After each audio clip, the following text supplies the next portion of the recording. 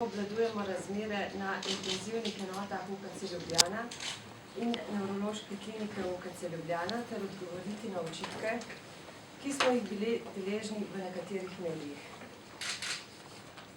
Vaši današnji sogovorniki bodo magister Simon Vrhunec, generalni direktor UKC Ljubljana, profesor dr. Sergej Hojkar, strokovni direktor UKC Ljubljana, Erna Kos-Grabnar, glavna medicinska sestra UKC Ljubljana, profesor dr. David Vodušek, strokovni direktor nevrološke klinike UKC Ljubljana, docent dr. Janja Pretnar Oblak, predstojnica kliničnega oddelka za vaskularno nevrologijo in intenzivno nevrološko terapijo nevrološke klinike UKC Ljubljana, dr. Nataša Milivojević, vodja oddelka za intenzivno terapijo na kliničnem oddelku za vaskularno nevrologijo in intenzivno nevrološko terapijo nevrološke klinike UKC Ljubljana, Helena Tušar, glavna medicinska sestra nevrološke klinike UKC Ljubljana, Ursuma Musić, diplomirana medicinska sestra na oddelku zdravstvene nege za intenzivne terapije, docent dr. Tomislav Mirković, vodja oddelka za intenzivno terapijo na kliničnem oddelku za anesteziologijo in intenzivno terapijo operativnih strok kirurške klinike UKC Ljubljana,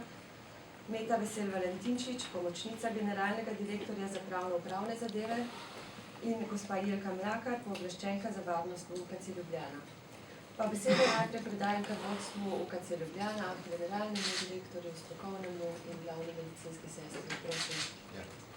Prav, hvala, ker ste se udeležili te tiskovne konference, ali pa če rečem raj srečanja v tako velikem številu. Jaz se vam že na tem samem začetku moram opravičiti, ker imam en pomemben sestanek ob dveh in bom mogel prej nič, tam se mi je pa zelo vsem pomembno, da sem vsaj v začetnem delu z svojimi sodelavci in skupaj z vami. Namen današnje tiskovne konference srečanja je, da vam sporočimo, kako čuti in kako deluje Univerzitetni klinični center Ljubljana. Ne vodstvo Univerzitetnega kliničnega centra, ne samo nevrološka klinika ali pa vodstvo nevrološke klinike, ampak sodelavci. Ali pa vsaj velika večina teh sodelavcev ob vseh teh dogodkih. Moje prvo sporočilo, tako kot mnogokrat do zdaj, je, da obžalujemo vse, kar se je v zvezi s primerom, ki ga obravnavamo v zadnjem času, slabega zgodilo. In za kar smo seveda tudi mi ali pa delno mi odgovorni. To je prvo sporočilo. Ampak namen te tiskovne konference pa je, da hkrati tudi odločno sporočimo, da Univerzitetni klinični center in vsi njegovi sodelavci delamo v korist in za naše bolnike. In da to, kar delamo, delamo dobro. In s tem bi jaz, prosim, na kratko končal in predajam besedo svojim sodelavcem, najprej strokovni direktor, potem pa tudi vsi ostali in potem vam bojo na voljo za vsa vprašanja. Sergej, izvolite. Moram reči, da sem bil pretresen, ko sem poslušal včeraj objavo podatkov, ki naj bi jih pridobili od človeka, ki je v kazenskem postopku. Navadno je to človek postal žvižgač in njegove besede so postale čisto zlato. Pričakoval bi, da so take trditve vseeno preverjene. V kliničnem centru obstaja natančen sistem obravnavanja vseh odklonov. Pooblaščenka za varnost vam bo lahko razložila, kako to v praksi poteka, koliko odklonov smo obravnavali in na takšen način. Pri nas tudi anonimne prijave ne grejo v koš. Zato menim, da je tak način poročanja senzacionalističen in je globoko prizadel delavce, predvsem na intenzivni terapiji nevrološke klinike. Da ne bojim tudi ostali delavcev kliničnega centra. Poslanstvo kliničnega centra je jasno in menim, da ga upravljamo po svojih najboljših močeh v okoliščinah, ki nam niso vedno v korist. Govorim predvsem o financiranju kliničnega centra.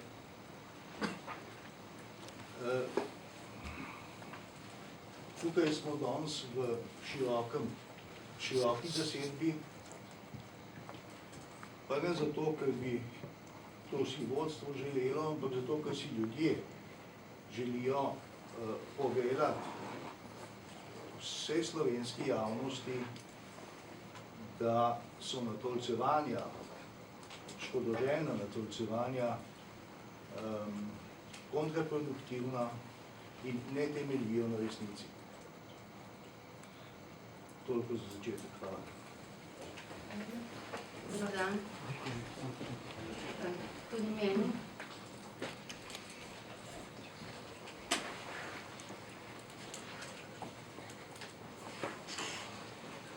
Tudi mene in vse medicinske sestre v naši bolnišnici je ta dogodek globoko pretresel in prizadel in je predmet dnevnih pogovarjanj, tako ob kavi, na sestankih, uradnih, formalnih in neformalnih. Ob tem naj sporočim, da visoko cenim delo naših medicinskih sester v celotni bolnišnici in tudi v tej enoti. Ker vem, koliko delajo, kako delajo in kaj vse delajo.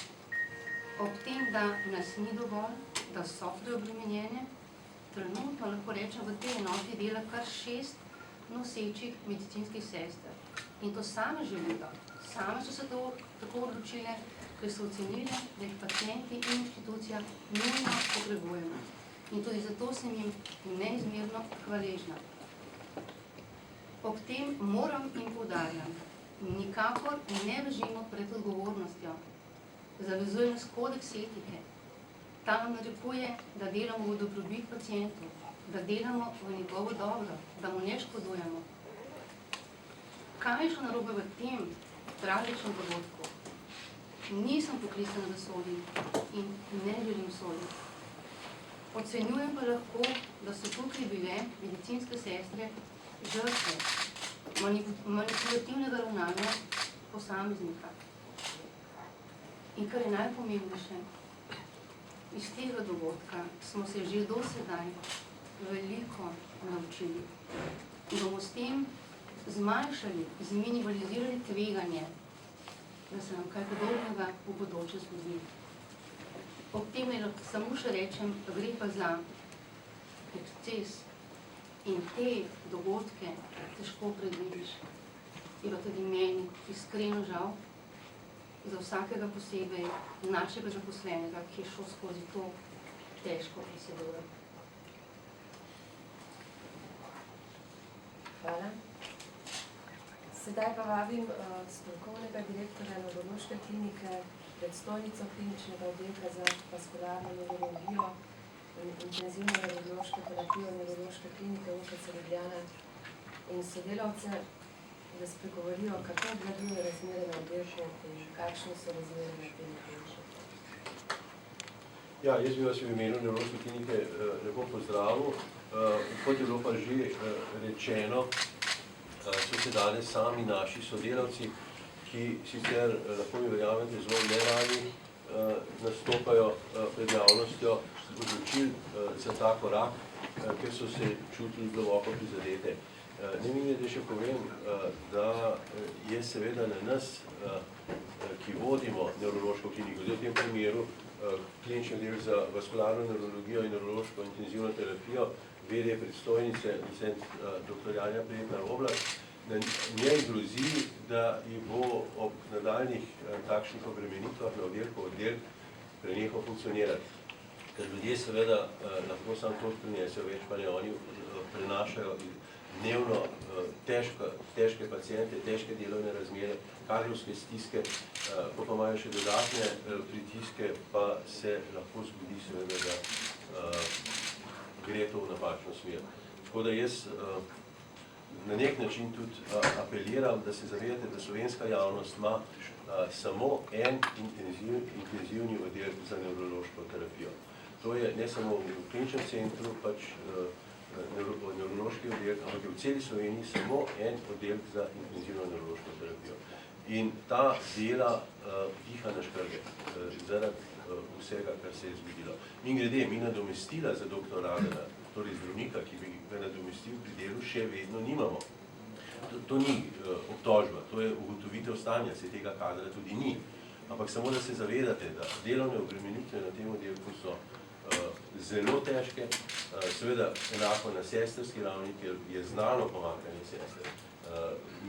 Upam, da je včeraj šlo naprej zagotovilo, da bomo nove sestre dobili. To spet ni samo od našega vodstva, ni od nas odvisno, niti od vodstva kliničnega centra, edino odvisno. Tako da razmere so težke, ljudje si trudijo delati, ampak danes so želeli sami o tem spregovoriti in jaz jim priključam besedo.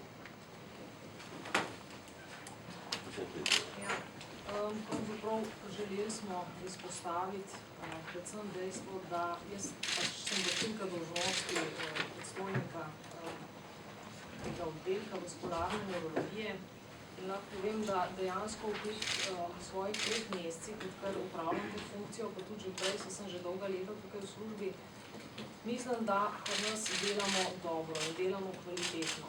Dejstvo je, da se od tega dogodka naprej močno trudimo, da tudi sistem izboljšamo, da bi v bistvu se medsebojni odnosi še izboljšali, da bi bila komunikacija boljša in da bi sistem kot tak prepoznal takšne tovrstne dogodke.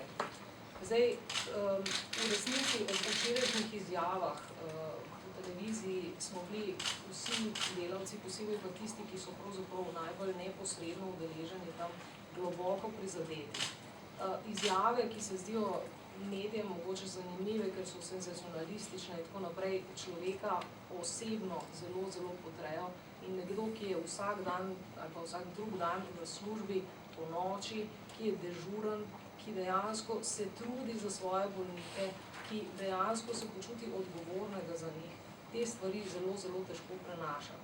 To, da naše sestre nočejo pred kamere in da smo jih praktično prisilili danes, da sem pridejo, ne pravim, da smo jih prisilili, kaj bodo povedale, ampak one so dejansko tukaj rade bi povedale, rade bi se oglasile, rade bi rekle, da te obtožbe ne držijo, pa jim je hudo ob tem in zdaj pač v glavnem dosegli smo to, da smo pravzaprav skupaj napisali nek konsens, neko mnenje, izjavo kolektiva enote nevrološke intenzivne terapije, pod katerim so se vsi podpisali.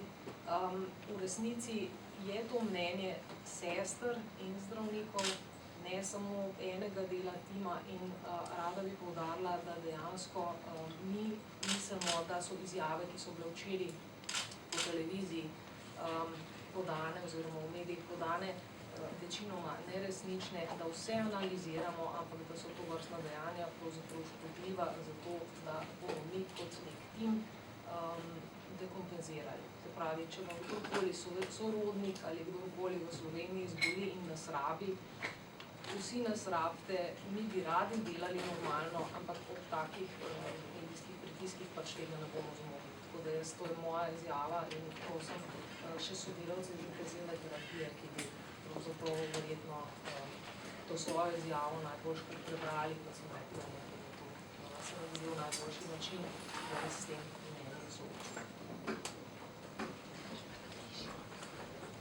Ja, jaz sem Nataša Andobolič, sem vodja nevrološke intenzivne terapije. Pa bom kar prebrala, kar smo sestavili.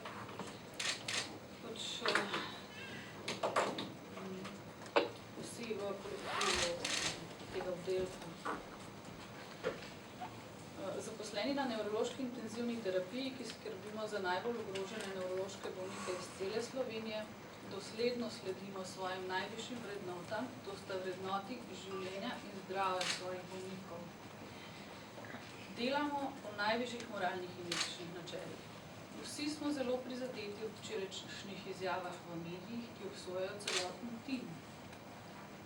Podane izjave so neresnične, zlonamerne in predstavljajo delovanje oddelka v popolnoma izkrivljeni podobi. Domnevna kazniva dejanja dr. Radana ostro obsojamo in se od njih odločno distanciramo. Gre za delovanje posameznika in ne delovanje celotnega tima. Želimo tudi sporočiti, da gre v primeru dr. Radana za delovanje človeka, ki je svoje dejanja očitno izjemno dobro prikrival. Večina sodelavcev ga je v 2 letih dela na našem oddelku sprejela kot dobrega strokovnjaka in prijaznega in uslužnega sodelavca. Šele nekaj mesecev pred tem dogodkom, opozorilnim dogodkom, smo zaznali nekatere poskuse manipuliranja in vnašanja razdora v naš tim. Vendar nismo pričakovali, da je sposoben ali pa narediti kaj takega, česar ga sedaj sumimo. Opozorilni dogodek smo sami prepoznali in bili ob tem šokirani.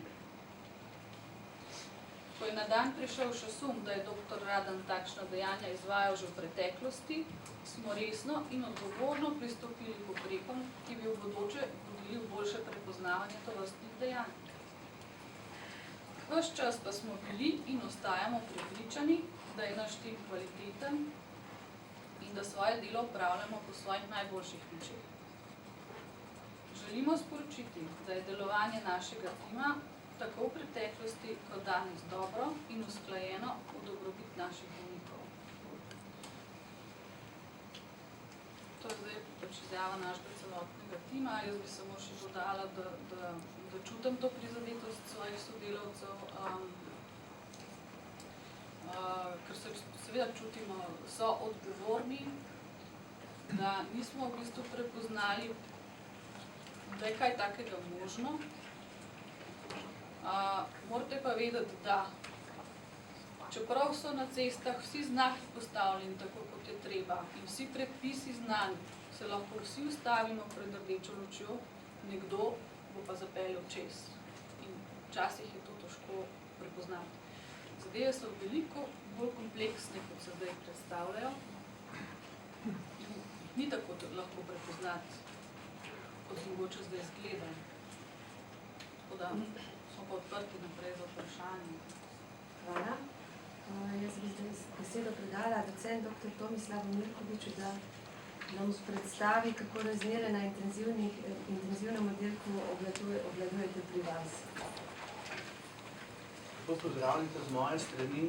Kot mi je kolegica predstavila, sem vodja kirurške intenzivne terapije v kliničnem centru. Pri nas je, tudi se srečujemo vsakodnevno z velikimi problemi in v določenih primerih smo tudi novinarji v pomoči nam pomagali te probleme pač prikazati javnosti, tako da se je tudi javnost nekako odzvala na to krizo, ki smo imeli pred nedolgim časom.